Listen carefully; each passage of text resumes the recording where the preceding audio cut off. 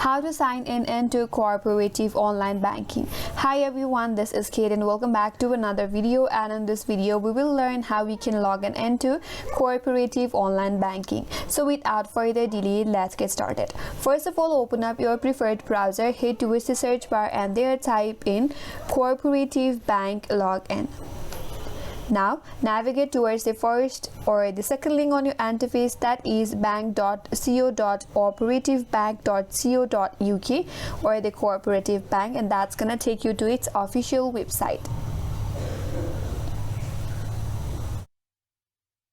So once you're here, you'll be directly taken into login page. First of all, you have to enter your username that is associated with your account.